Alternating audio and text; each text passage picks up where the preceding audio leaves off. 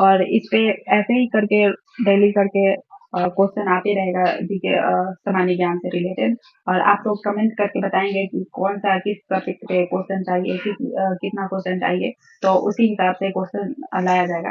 तो इसमें आज हम पहला देख रहे हैं कि बिहार स्पेशल के अंतर्गत जो बिहार के एग्जाम के लिए बहुत ही ज्यादा इंपॉर्टेंट हो जाता है किसी भी एग्जाम के लिए, उसमें तो 10 से 15 क्वेश्चन बिहार से रिलेटेड पूछा ही जाता है। उसमें से बिहार का ज्योग्राफी का बहुत ही ज्यादा इंपॉर्टेंस है। तो उसी के अकॉर्डिंग हम लोग आज बिहार से रिलेटेड, बिहार के ज्योग्राफी से रिलेटेड महत्वपूर्ण क्वेश्चन को देख रहे हैं, जिसमें से पहला क्वेश्चन है कि बिहार बिहार से ही रिलेटेड है कि कोसी नदी के बारे में कौन सा कथन असत्य है, गलत के बारे में पूछा गया है। तो पहला ऑप्शन देखते हैं, इसका उद्गम नेपाल में होता है, यह अपने मार्ग परिवर्तन के लिए कुख्यात है, तो ये तो कुख्यात है ये। और यह बिहार में गंगा से भागलपुर में जाकर मिलती है, इसे हम देखेंगे।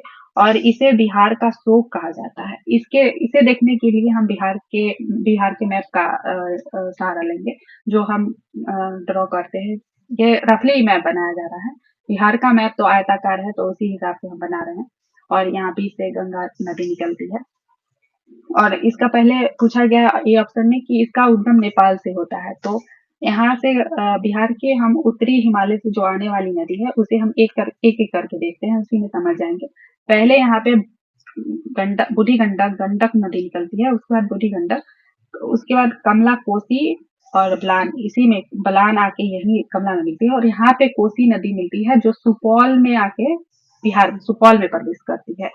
और ये नेपाल से आती है। तो हाँ, ये नेपाल से आती है। सप्तकोशी नेपाल में एक जगह है, जो 7 धराओं के मिलने से बनती है, जिसमें अरुण कोसी, तमुर कोसी, ऐसे ही 7 नदियां है। उससे इसका कोसी का उद्गम होता है, जो नेपाल में आती है। और यह गंगा में यहाँ पे जाके मिलती है। यहाँ पे है कटिहार, कटिहार में कुर्सेला के पास एक जगह है, कुर्सेला, यहाँ पे ये गंगा में मिलती है। तो ये तो बी बी ऑप्शन, ये सी ऑप्शन तो इसका गलत हो गया कि ये भागलपुर में मिलती है। तो ये ही गलत ऑप्शन है। और यह अपने मार्ग में परिवर्तन के लिए विख्यात है।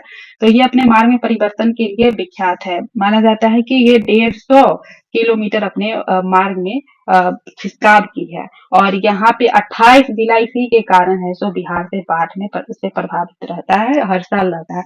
तो ये ऑप्शन सही है, बी भी ऑप्शन सही है। और इसका ऑप्शन तो सी हो गया। और यह बिहार में शोक खेल कहा जाता है इसे। तो हाँ, ये 28 जिला इसी के कारण, उत्तरी बिहार ज्यादातर बाढ़ से प्रभावित रहती है, इसी के कारण इसे बिहार का शोक कहा जाता है। तो ये भी तो ये सही है, ये अपना ऑप्शन हो गया सी ऑप्शन। इसे हम नीचे एक्सप्लेनेशन में भी दिखेंगे, जिसे आप देख सकते हैं। इसे एक्सप्लेनेशन में देख सकते हैं कि यह कोसी नदी अ, गंगा में भागलपुर से नहीं बल्कि कटिहार में मिलती है। इसे हम बताएं अभी, यहाँ पे मिलती है, कुर्सेला कटिहार है, यहाँ पे ये गंगा में जाके मिलती है। तो इसका ऑप्शन यही गलत था, तो इसका ऑप्शन सी हो गया। उसके बाद नेक्स्ट क्वेश्चन देखते हैं, 2 नंबर। वाल्मीकि टाइगर रिजर्व के बारे में पूछा गया है कि वाल्मीकि टाइगर रिजर्व के बारे में कौन सा कथन सही है। यह पहला ऑप्शन देखते हैं, यह बिहार का एकमात्र राष्ट्रीय उद्यान है, और यह बिहार के दक्षिण में गंगा से जाकर मिलती है। पहले हम पढ़ते हैं, उसके बाद इसका एक्सप्लेनेशन निकाल। यह गंगा नदी, यहाँ से गंगा नदी नहीं बहती है। और यह सीतामढ़ी जिले में स्थित है। तो बिहार के मैप के माध्यम से ही इसे देखेंगे। तो पहले हम मैप बनाते हैं, जो रफली है। यहाँ पे ये वाल्मीकि टाइगर रिजर्व पश्चिमी चंपारण में बिहार में है, जो यहाँ पे नेपाल में ही है, इसका भाग कुछ है, और बिहार में भी है। और यहाँ पे पश्चिमी चंपारण है, और उसके बाद यहाँ पे पूर्वी चंपारण है। और ये वाल्मीकि टाइगर रिजर्व यहाँ बिहार में पश्चिमी चंपारण में। तो इसका पहला ऑप्शन बोला गया है कि यह बिहार का एकमात्र टाइगर रिजर्व है। तो ये ऑप्शन तो सही है कि हाँ, बिहार का एकमात्र टाइगर रिजर्व है। दूसरा अभी कैमूर में बनाने का बात चल रहा है। और यह बिहार के दक्षिण में स्थित है। दक्षिण तो यहाँ है, तो यहाँ तो नहीं होगा, ये तो उत्तरी पश्चिमी में है। तो ये ऑप्शन गलत है। और यहाँ से गंडक नदी नहीं निकलती है। गंडक नदी हम ऊपर ही अभी बताए थे कि यहाँ से गंडक नदी निकलती है। और तो ये ऑप्शन भी गलत है। यह सीतामढ़ी जिले में स्थित है। नहीं, ये सीतामढ़ी में नहीं है, ये पश्चिमी चंपारण में। यहाँ पे पश्चिमी चंपारण, ये पूर्वी चंपारण, यहाँ पे सीतामढ़ी है। तो सीतामढ़ी तो यहाँ हो गया, तो यहाँ से कैसे इन्हें क्रॉस देगा। तो ये ऑप्शन भी गलत है। तो अपना ऑप्शन हो जाएगा, यह बिहार के दक्षिण में स्थित है, ये भी गलत है। इसका ऑप्शन ए है सही, कि यह एकमात्र बिहार का राष्ट्रीय उद्यान है। अभी दूसरा बात चल रहा है यहाँ कैमूर में बनाने का। तो इसका ऑप्शन ए करेक्ट है। उसके बाद देखते हैं नेक्स्ट। इसका एक्सप्लेनेशन दिया गया है, क्योंकि क्या वाल्मीकि टाइगर रिजर्व बिहार का एकमात्र टाइगर रिजर्व है जो यहाँ पे पश्चिमी चंपारण में यहाँ पे देखने को मिलता है। उसके बाद थर्ड देखते हैं क्वेश्चन। बिहार निम्नलिखित में से कौन सा कथन बिहार और नेपाल की सीमा के बारे में सही है?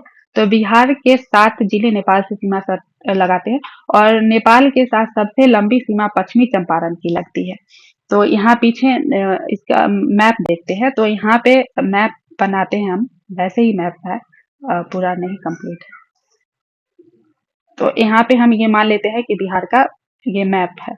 तो यहाँ पे पश्चिमी चंपारण हो गया, यहाँ पे पूर्वी चंपारण, ये पश्चिमी चंपारण, पूर्वी चंपारण, ये सीतामढ़ी है, यहाँ पे मधुबनी है, ये सुपौल है, ये अररिया है और ये किशनगंज है। तो बिहार से 7 जिले सीमा से साझा करते हैं। तो ये पश्चिमी चंपारण एक हो गया, पूर्वी चंपारण, सीतामढ़ी, मधुबनी, सुपौल, अररिया और किशनगंज। तो ऐसे में 7 जिला, ये तो सही है। तो ए ऑप्शन तो सही है। यह नेपाल के साथ सबसे लंबी सीमा साझा करती है। तो हाँ, ये नेपाल के साथ सबसे लंबी सीमा साझा करती है। इसका ओरिजिनल मैप ऐसे देखेंगे तो बिहार का ऐसे, ये यहाँ पे पश्चिमी चंपारण वाला जिला का ऐसे आता है। तो ये सबसे ज्यादा यहाँ पे इसका कवर आता है। उसके बाद पूर्वी चंपारण का आता है, जो छोटा थोड़ा है, थोड़ा ही इससे थोड़ा कम लगता है। तो ये दोनों करेक्ट है ऑप्शन। तो इसका ऑप्शन सी हो जाएगा। इसका एक्सप्लेनेशन में भी दिया हुआ है। जैसे बिहार के 7 जिले, जिसमें पश्चिमी चंपारण, पूर्वी चंपारण, सीतामढ़ी, मधुबनी, सुपौल, अररिया और किशनगंज, ये नेपाल के साथ सीमा साझा करते हैं। और ये पश्चिमी चंपारण बिहार का वह जिला है जो नेपाल के साथ सबसे लंबी अंतर्राष्ट्रीय सीमा साझा करता है। और ये भी पूछा जाता है कभी कभी क्वेश्चन में कि बिहार का ऐसा कौन सा उत्तर पश्चिमी जिला है जो यूपी और नेपाल दोनों के साथ सीमा साझा करता है? तो यही पश्चिमी चंपारण जिला आता है। इधर से, यहाँ से यूपी है, तो ये यूपी इधर से सीमा लगती है इसकी, और इधर नेपाल से लगती है। और तो ये ऑप्शन, ये भी कभी कभी क्वेश्चन बन जाता है, तो ये सही है। उसके बाद हम नेक्स्ट क्वेश्चन देखते हैं। बिहार की जलवायु और कृषि से संबंधित इसमें विचार किया गया है। तो देखते हैं ऑप्शन पहला। बिहार में मुख्य रूप से मानसूनी जलवायु पाई जाती है। बिहार में मानसूनी जलवायु पाई जाती है, पहली बात है। किशनगंज में सर्वाधिक वर्षा होने के कारण यहाँ चाय की खेती अच्छी होती है। तो किशनगंज और बिहार में मानसूनी जलवायु पाई जाती है। तो हाँ, बिहार में मानसूनी ही जलवायु पाई जाती है, जो 15 जून के आसपास बिहार में प्रवेश करती है और मिड अक्टूबर में बिहार से निकल जाती है। यहाँ पे ये पश्चिमी चंपारण है, यहाँ से सब हिमालय नदी ऊपर से आती है। और यहाँ पूर्वी चंपारण है, तो यहाँ से गंडक, बूढ़ी गंडक, कमला, कोसी इसी में आता है। कोसी यहाँ सुपौल में पड़ता है। तो पहले गंडक आ गया, बूढ़ी गंडक, कमला, कोसी। उसके बाद कोसी सुपौल में पड़ता है। उसके बाद घाघरा आता है यहाँ पे, गंडक, घाघरा किशनगंज के नजदीक में आता है। यहाँ पे इसके लिए ये यहाँ पे फिर जल का ज्यादा भंडार है, इसी के कारण।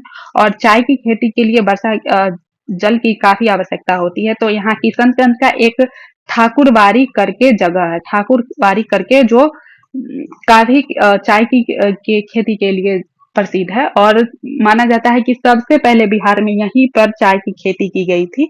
इसीलिए ये चाय के उत्पादन में भी काफी अग्रणी स्थान रखता है। और इसी के चलते बिहार का चाय उत्पादन में देश के 5वें स्थान पे आता है। पहले तो असम हो गया, और बिहार के रिलेवेंट में देख तो इसका 5वां स्थान आता है। तो ये पहला ऑप्शन तो सही है कि हाँ, यहाँ जलवायु मौसम है। और सर्वाधिक वर्षा किशनगंज में चाय की खेती होती है, उसका मुख्य कारण है। और ये देखते भी है कि बिहार इकोनॉमी सर्वे या बजट, इसमें या कोई भी डाटा है तो आता है, तो बिहार में सबसे ज्यादा वर्षा का जगह यही किशनगंज को दर्शाया जाता है। और सबसे कम में हम देखते हैं, सबसे कम में गया का या औरंगाबाद का, यही दोनों का रहता है। औरंगाबाद या गया, यही दोनों में से ऊपर नीचे होते रहता है। तो इस बार तो अभी गया का आया है। और सबसे सूखा यही, इसी के कारण यही गया को सबसे सूखा, सबसे गर्म, सबसे ठंडा, यही गया को ही माना जाता है।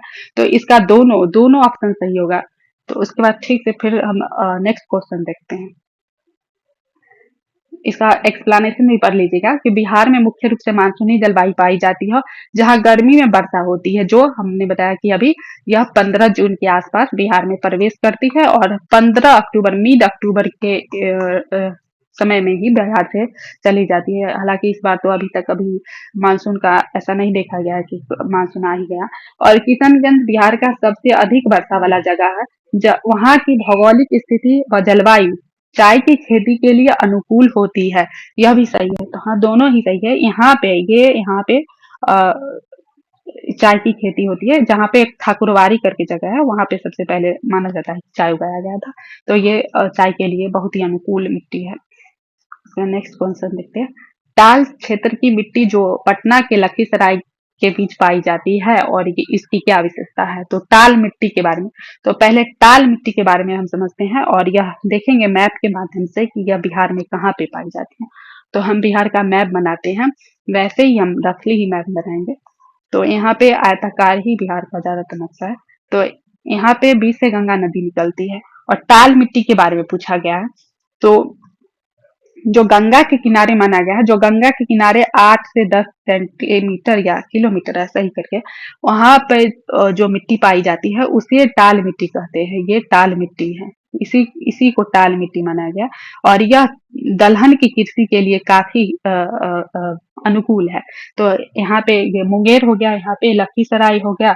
तो ये सब में दलहन की कृषि काफी अच्छी होती है, तो इसीलिए बोला गया है। इसी में फेमस है बरहिया टाल करके फेमस जगह, ये सब पूछा जाता है। तो लखीसराय के बीच पाई जाती है, तो ये मुंगेर में ही लखीसराय है, तो इसके लिए विशेषता है। तो यह बहुत ही उपजाऊ होती है और इसमें रबी की अच्छी फसल होती है। तो रबी दलहन के अंतर्गत ही आ जाता है। तो यहाँ पे दलहन रबी की अच्छी फसल होती है, तो ये ऑप्शन तो सही है। मिट्टी बलुई मिट्टी पाई जाती है, ऐसा तो नहीं है, बलुई मिट्टी पाया जाता है लेकिन उतना नहीं माना जा सकता।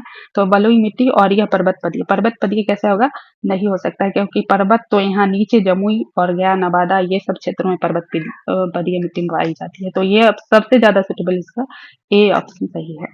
इसका हम एक्सप्लेनेशन भी दिए हुए हैं जिसे आप देख सकते हैं। यहाँ गंगा के नीचे जो मिट्टी है वहां पे पाई जाती है। यहाँ से जो मिट्टी पाई जाती है ये लखीसराय का यहाँ पे जगह हो गया और ये यहाँ पे ही टाल मिट्टी पाई जाती है और ये रबी की फसल के लिए अच्छी पैदावार हो जाती है, जिसमें चना मसूर ये सब कृषि की जाती है। नेक्स्ट क्वेश्चन देखते हैं। बिहार के पश्चिमी चंपारण के उत्तरी भाग में कौन सी मिट्टी पाई जाती है। तो पश्चिमी चंपारण किधर है, अभी हम मैप में देखे थे कि पश्चिमी चंपारण यहाँ पे, अगर ये मैप ऐसे है तो ऐसे है, तो पश्चिमी चंपारण को हम यहाँ पे देखते हैं। तो पश्चिमी चंपारण ये सबसे नवीन बली पर्वत के हिमालय है यहाँ पे। तो हिमालय से आने वाली नदियां यहाँ प्रवेश करती है। ये गोसाईनाथ हो गया, अ, अ, और ऐसे ही बहुत सारे पर्वत हैं। तो यहाँ पे खादर मिट्टी पाई जाएगी, तो खादर खादर खादर तो नहीं होगा। तराई मिट्टी पाई जाती है, तराई, हाँ तराई, क्योंकि नेपाल से जितना भी जिला सकते हैं उसमें तराई मिट्टी पाई जाती है जो कि दलदली मिट्टी होती है और कृषि के लिए काफी अनुकूल होती है। तो इसका ऑप्शन तो ये बी ही सही है। और यह काली मिट्टी तो नहीं होगा, बांगर नहीं होगा। तो इसका ऑप्शन बी बी सही है। नेक्स्ट क्वेश्चन देखते हैं। यहाँ पे ये पश्चिमी चंपारण जिला है। यहाँ पे जो नवीन जलोढ़ मिट्टी पाई जाती है जिसमें तराई मिट्टी जिसे कहते हैं। पश्चिमी चंपारण के उत्तरी भाग में तराई मिट्टी पाई जाती है और यह मिट्टी नेपाल के सीमा के साथ पश्चिम पूर्व में पश्चिमी चंपारण किशनगंज तक फैली हुई यही तराई मिट्टी इसी के बारे में बताया गया। ये यहाँ पे तराई मिट्टी पाई जाती है। नेपाल से जितने जिला सकते हैं उसके ऊपर के जो ये जिला हो गया इसे तराई मिट्टी कहते हैं। यहाँ पर जो तकली पट्टी जाती है इसे तराई मिट्टी, ये सब तराई मिट्टी का जगह हो गया। इसे ही तराई मिट्टी या काफी उपजाऊ मिट्टी मानी जाती है।